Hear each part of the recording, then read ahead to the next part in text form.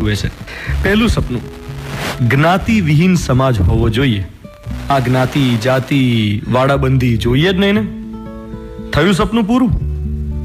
અરે ઉપરથી આપણે તો વધુ ને વધુ જ્ઞાતિવાદને ઉશ્કેરીએ છીએ. બીજું સપનું, બધા ધર્મોનો પૂરો આદર કરીએ. થઈ શકે છે? જુઓ, સોશિયલ મીડિયા જુઓ.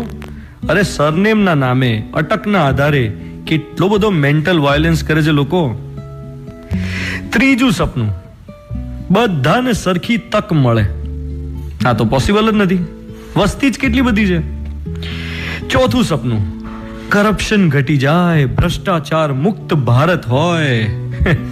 હા હા હા હા હા હા હા હા હા. ભ્રષ્ટાચાર તો ભારતમાં બિઝનેસ છે, બિઝનેસ. એકચ્યુઅલી આપણા દેશમાં એક પણ ધંધો એવો બતાવો જે કરપ્શન વગર થતો હોય.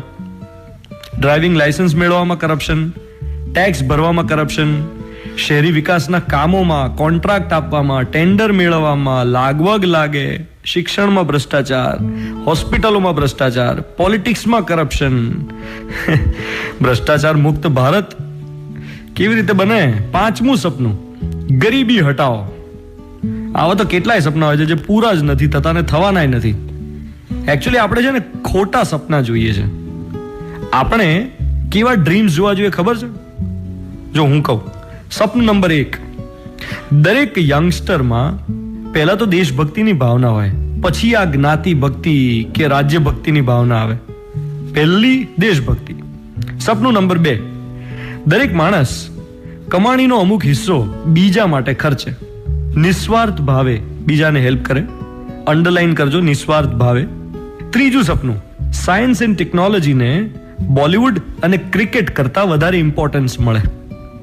ભારત કોઈ એવું ઇનોવેશન કરે જેને દુનિયા યાદ રાખે અને વાપરે. ફોર એક્ઝામ્પલ, જેમ આપણે વિદેશથી આવેલા આ આઈફોન ને સ્માર્ટફોન ને એસી ને રેફ્રિજરેટર ને વોશિંગ મશીન ને ગાડીઓ આ બધું વાપરીએ છે, એવી કોઈ ઇન્ડિજીનિયસ ટેકનિક જે માત્ર ભારતે શોધેલી હોય અને આખી દુનિયા વાપરે અને ભારતને સલામ કરે. આવું કંઈક થાય, કોઈ ઇન્વેન્શન થાય, આવિષ્કાર થાય. સપનું નંબર 4, લોકો એકબીજાને ખૂબ પ્રેમ કરે, નફરત નહીં. નફરત બિલકુલ નહીં. જીવન સાથીની પસંદગીમાં આઝાદી હોય, પ્રેમ સામે પાબંદી ન હોય, ઓનર કિલિંગ ન થાય, હેટ્રેડ ઘટે, ટોલરન્સ વધે. અને સપનું નંબર 5, ન્યાય મળે, કેસીસ જલ્દી ઉકેલાય, સમયસર ન્યાય મળે.